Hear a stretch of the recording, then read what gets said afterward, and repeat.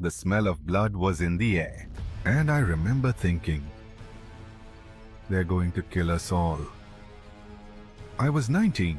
It was 2010. I had gone back to northern Iraq to visit family. Just a short trip to reconnect with my roots. My parents had moved to the US when I was little. Life there felt safe.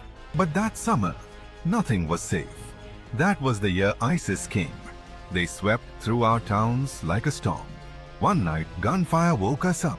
Screams followed. The church bell rang. Not for prayer, but for warning.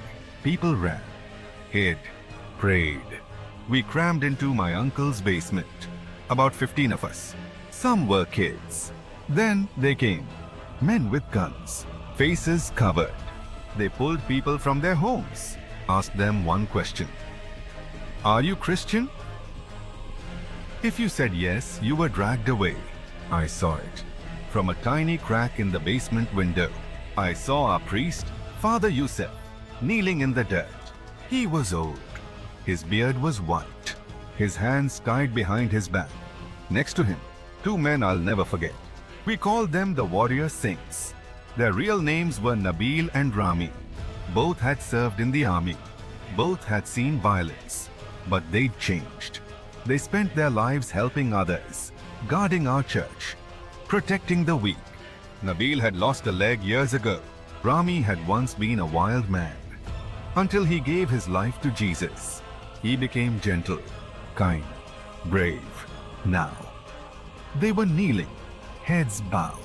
An ISIS soldier shouted, "Convert or die." Silence. Again louder. "Say the words or we shoot." Still nothing. Then Rami raised his head. Calm, steady. He said, "We will not deny Christ. Do what you must." Father Yusuf collapsed. Then Nabil. Then Rami. 3 bullets.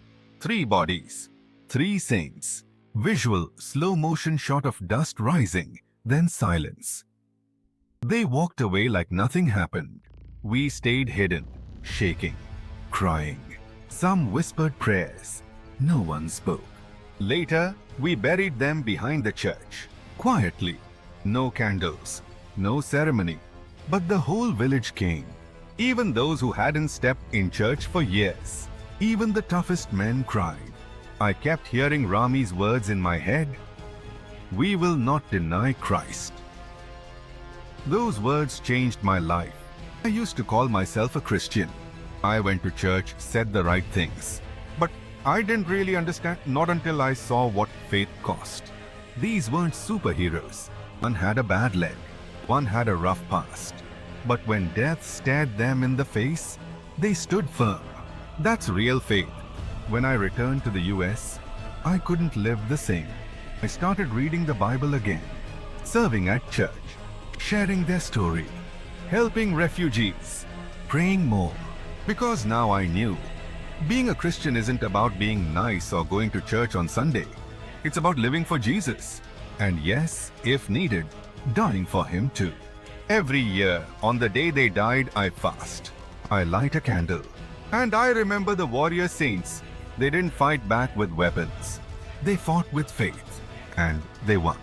May their story never be forgotten. And may we all learn to stand like they did. Bow down.